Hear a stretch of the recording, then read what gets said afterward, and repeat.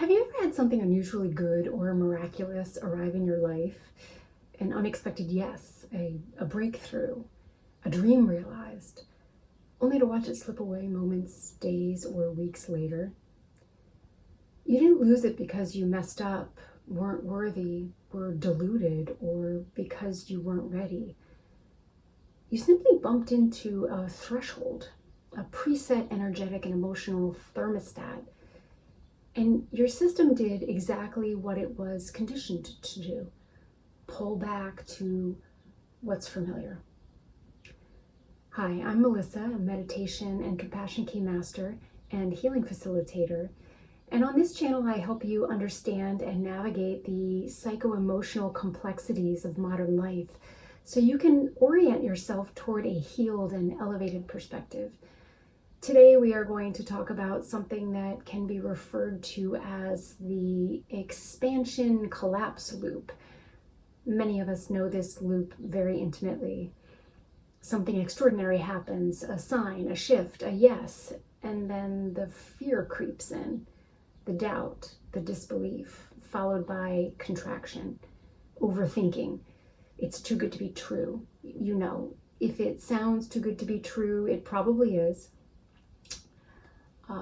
They taught us to expect it. It's been programmed in that good things don't last. You find yourself bracing, anticipating the crash, and then it happens. The miracle fades, the opportunity disappears, the door closes. This is not a failure in your ability to accomplish or achieve things.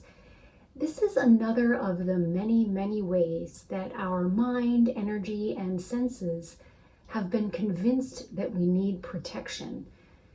And it's not wrong. We have very much needed protection. Let's take a moment to acknowledge the patterns of the last 400 or 500 years of human history. An honest assessment must acknowledge that we have cycled through, revisited, and subsisted within war, famine, plague, witch hunts, inquisitions, holy wars, gender wars, misogyny, bigotry, plutocracy, slavery, holocausts, and genocide. We have really been through it. In fact, right now, somewhere on planet Earth, all that stuff is still very much alive and happening. Right now, somewhere on Earth, in fact, in many places, all those things are still happening. Horrendous atrocities are still being committed in this very present moment. So we naturally and quite deeply internalized this as a subconscious pattern of anticipation, preparation for the inevitable onslaught of attacks on our very nature, to the extent that we concluded that it would be best and wise to step out of our true nature, shut down our true and inherent power. It was just too dangerous. And that was smart. It was adaptive. It was protective. That inner thermostat, it was there to keep you alive. Step out of line? No, don't do that. But now, times are changing. Take a look at the radical shifts that have occurred in just the last 20 years in social, cultural, and personal consciousness. The acceleration of evolution, quantum leaps in science and technology. We are entering a new timeline, a whole new possibility field. And those old protection mechanisms, well, we can look forward to those becoming obsolete. The miracle does not have to be followed by the collapse. The expansion doesn't have to be punished by contraction. You are safe to reprogram. In fact, you are being drawn forth and beckoned into releasing and revisioning and redesigning a whole new reality right now. Let's review a little about what exactly we are dismantling and how this internal thermostat was programmed so low and so limited to keep you protected. We each have a kind of internal thermostat, a comfort zone setting for how much love and joy and success, expansion and newness we are able to receive before it starts to make us uncomfortable, right? Just like a house thermostat turns on the AC when it gets too warm, your nervous system shifts its vibrational output when you venture too far into the unknown. This isn't because you don't have the capacity to hold it. It's because part of you has learned that joy is fleeting. I can't get too excited or too happy. People will become suspicious of me or assume I'm crazy, right? Success is punished. It's lonely at the top. Success or elevation naturally results in isolation or relational loss. Alternately, misery loves company. Stay in a low vibration, complaining and feeling like life is not fair, and you'll stay safe within the folds of mediocrity and have many people commiserating with you. Visibility leads to attack. Don't stick your neck out. It'll put you in a weakened and vulnerable position where the tall poppy gets cut down. It's better to keep your head down and stay invisible to avoid scrutiny or harm. And by all means, don't rock that boat, because drawing attention to yourself or disrupting the norm is dangerous. You risk flying too close to the sun. There are mythic level dangers associated with ambition and elevation or radiance. They love to build you up just to tear you down. Public success has the potential to invite backlash, because who do you think you are anyway, daring to be visible or successful or different? Don't outshine the master. You'll threaten authority, causing rejection or punishment. And God forbid you get too big for your britches, becoming overinflated by recognition or abundance, which will naturally result in you being put in your place. People around you might start noticing that you've changed, which will alienate you from those who once loved or understood you. We might have soaked up the message that money changes people. When the spotlight's on you, they stop clapping, and everyone loves an underdog until they win. Because time and time again, you just have to accept that you can't have it all. Oh, and you want to have your cake and eat it too?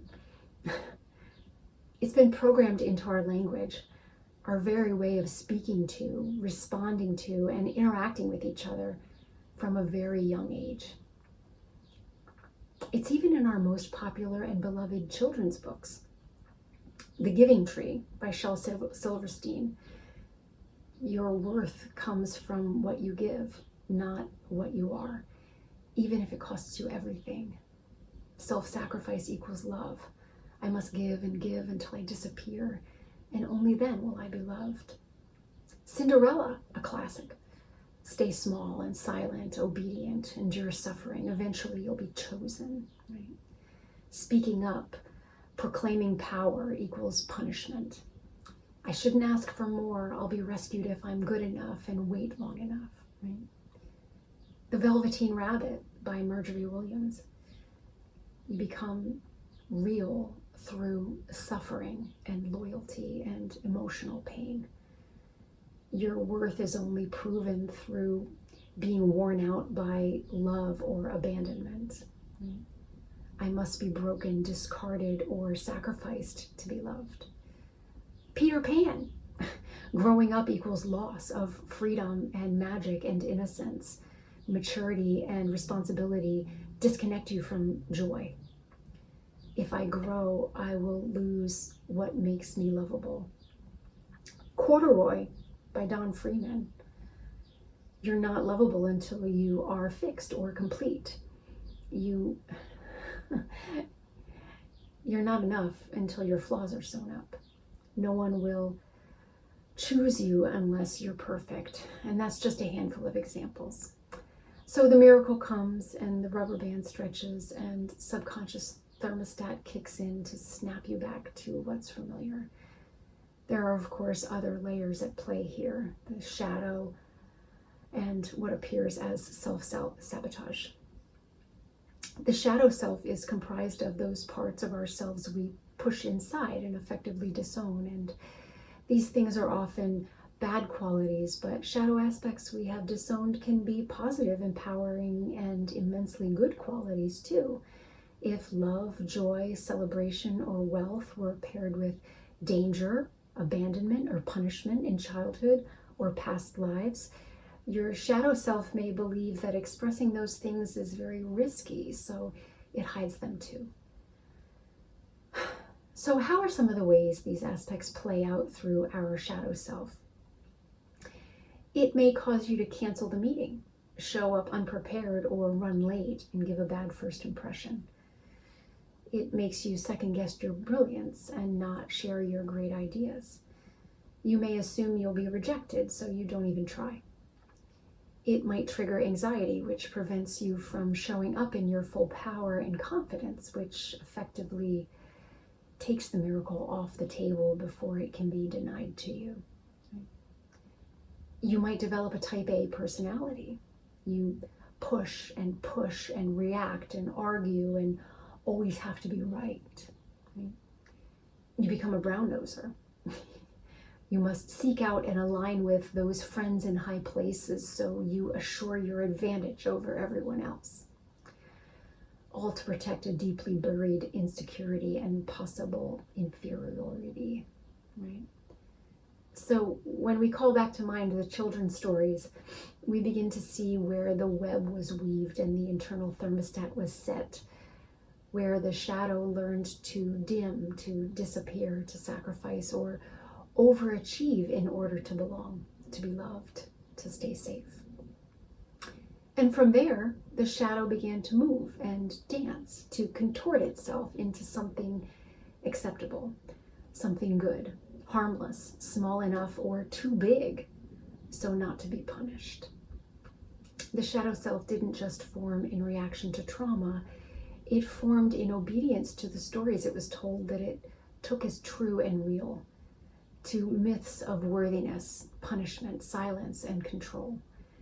And so now when you cancel the meeting, when you don't speak your brilliance, when you overcompensate or otherwise shrink back from the miracle, it's your shadow still trying to follow the old rules. Generations of rules written by fear, by suppression. This is choreography, a survival dance. These actions might look like failure, like sabotage, but they're not. Let's recontextualize this right now with and through compassion. They're expressions of a wounded kind of devotion, right? An inner protector using outdated maps to keep you safe. The shadow remembers the pain and it's trying diligently to prevent you from walking into it again. And there are vast and multidimensional layers to these patterns. They aren't just psychological. They are ancestral and cultural. They're biological and karmic and collective, even written into your DNA. You may carry the weight of generations who were punished for poverty, wealth, visibility, or freedom, and special talents even. Your family line may have been persecuted, cast out, or even almost eradicated. In other timelines, you may have lost everything when you spoke your truth, healed another, rose in power, or danced in bliss and love. The 3D matrix teaches us that suffering is spiritual, humility equals shrinking, and joy must be earned through pain and hard work. Clearing these imprints means acknowledging all of it with gentleness and great care. Compassion is the path through. We cannot force the shadow into unraveling. We meet it with compassionate understanding in all its aspects. We speak from our highest self to the part of us that is scared or frozen or protecting us in outdated ways. We create spaciousness and profound safety, which engenders and opens up a freedom of choice that we may not have realized before. Let's explore some approaches to clearing these shadow aspects. So take a nice deep breath. Focus on your heart center and solar plexus and repeat after me. I'm so sorry you believed you weren't allowed to receive this much good. I'm so sorry expansion has been scary and uncomfortable. I'm so sorry change is hard. I'm so sorry you thought it was safer to return to the familiar than to keep expanding. I'm so sorry you believed they would take it away if you got too happy.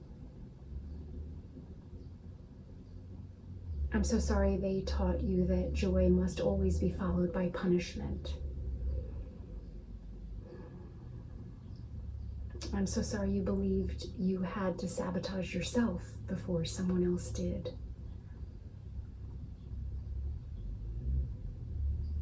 I'm so sorry you thought you had to stay small to stay safe. I'm so sorry they made you feel that success would cost you love. I'm so sorry you forgot how worthy you are of keeping what you create. Now take a nice deep breath. How did those feel? Are you thinking of additional, more specific to you situation or to your situation phrases that you can apply to this theme? How do we acclimate ourselves to holding the breakthrough or new expanded understanding? After deep clearing and a breakthrough or an expanded experience, your work is to bring it into the body by noticing the subtle and obvious nervous tension and frenetic uprisings and old fears that arise in your mind and in your body. And then you walk, you move, you stretch, you journal, you meditate, you drink lots of water and eat soothing and nourishing foods and process what comes up with a compassionate gentleness and wisdom. This regulates and stabilizes your nervous system so it knows, I'm safe now. I'm loved and allowed to receive. I don't have to go back, right? We engage in loving self-talk, noticing the urge to sabotage or talk down to ourselves and choosing instead compassion. You weren't wrong for contracting. You are in the process of expanding your capacity. You're breathing in and you're breathing out. Expanding and contracting is part of the natural rhythm of creation. You are calibrating and resetting the thermostat, right? If this resonates, please come back to this as often as you need to and acknowledge and anticipate that your field is changing. It is. Become sensitive to indications that your awareness and understanding is crossing over and shifting and bending. You'll notice it. You are no longer defeated by or available for the collapse after the miracle. You simply notice the dwindling tendencies, right? You are increasingly able to hold it and carry it, to receive it and move with it.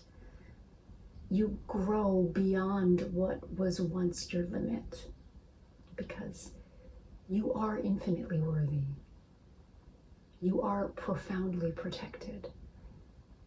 Your life is a miracle unfolding. Thank you for joining me today. Don't forget to like and subscribe and let me know how this landed for you in the comments. Until next time.